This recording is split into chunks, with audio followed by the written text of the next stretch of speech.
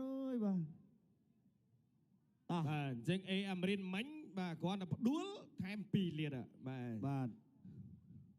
អ្នកឲ្យទឹកធំជាងគេក្នុងស្រុកខ្មែរ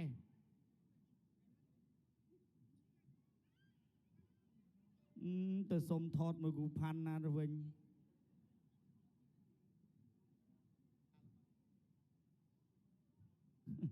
សោយទៀតទៅ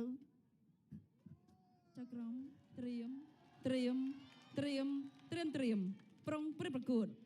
វាសនាគុណខ្មែរយន្ត8ទិសគូទី7ដែលជាគូមិត្តភាពអន្តរជាតិរវាងកម្ពុជាចិនទឹកទី1 ទឹកទី1 round 1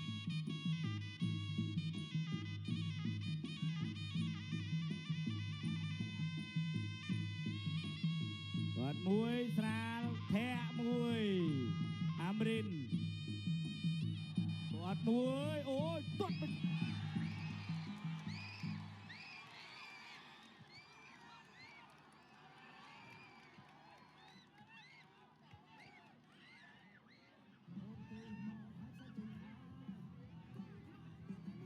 បាទអូយកញ្ចឹងកបាទលោករីគីបាទសំបីតែខ្ញុំក៏ញ័រជើងបំអញបកុលខៀវគាត់អត់ដឹកស្មានទេអមាញ់នេះបាទអូយយបាទធ្ងន់បាទសម្រាប់អេអាមរិនភូថងអមាញ់មិញនេះបាទគ្រាន់តែចូលមកភ្លាម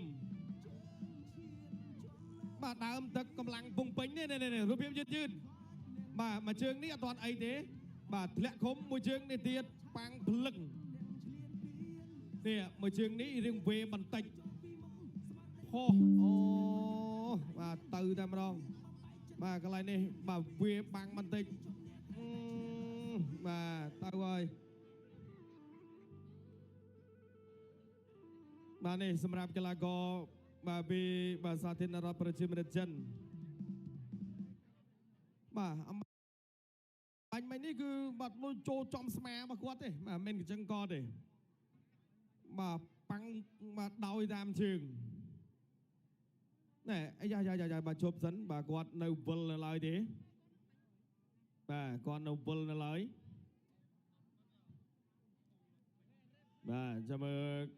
គាត់សម្រួលខ្លួនបន្តិចសិនបាទលោកគ្រូពេទ្យកំពុងតែជួយសង្គ្រោះបន្ថែមអញបាទអេអាមរិនបាទ6លាន6លាន40ម៉ឺនបាទអាណិតណាបាទពីជើងអាមរិនបាទហើយអត់ទាន់បោកតម្លៃខ្លួនផងតែមិនទេណាអាមរិននេះហាត់តាំងពីក្មេងមកហើយពីជើងបាញ់មិញគួរឲ្យកត់សម្គាល់ជើងដំបូងបាទប៉ាំងវេបន្តិចទៅចូលមកជើងទៀតហ្នឹងគឺទៅតែម្ដងបាទដោយតាមជើងបាទពីជើងបាទសម្រាប់បាទអេអាមរិនភូថងបាទកីឡាករចិនគាត់កំពុងតែឆ្ងល់ដែរចុំហើយជើងបងធ្ងន់ម៉េះធ្ងន់តាំងពីឪបងបាទធ្ងន់តាំងពីលោកឪពុកបាទតែអីទេឥឡូវគាត់ស្រួលបានបន្តិចមកវិញហើយបាទអញ្ចឹងឥឡូវនេះខាងក្រុមការងារជាពិសេសបាទលោកគ្រូពេទ្យសង្គ្រោះបឋមធ្លាក់ដៃបាត់ហើយបាទលោករីគេបាទដោយសារដៃរបស់គាត់បាញ់ហ្នឹងគឺបាំងអាចផ្លាត់ស្មាបាត់ហើយមើលទៅបាទអញ្ចឹងឥឡូវនេះដៃគាត់លើកលែងរួចហើយបាទមានលោកគ្រូពេទ្យដែរបាទជួយបាទសង្គ្រោះទាន់ពេលវេលាបាទនោះបាទម៉ាក់យាយនៅខេត្តស្វាយរៀងឧបត្ថម្ភអេអាមរិនមាន់ដុតមួយអ្នកទឹកចិត្តអ្នកស្វាយរៀងឃើញទេ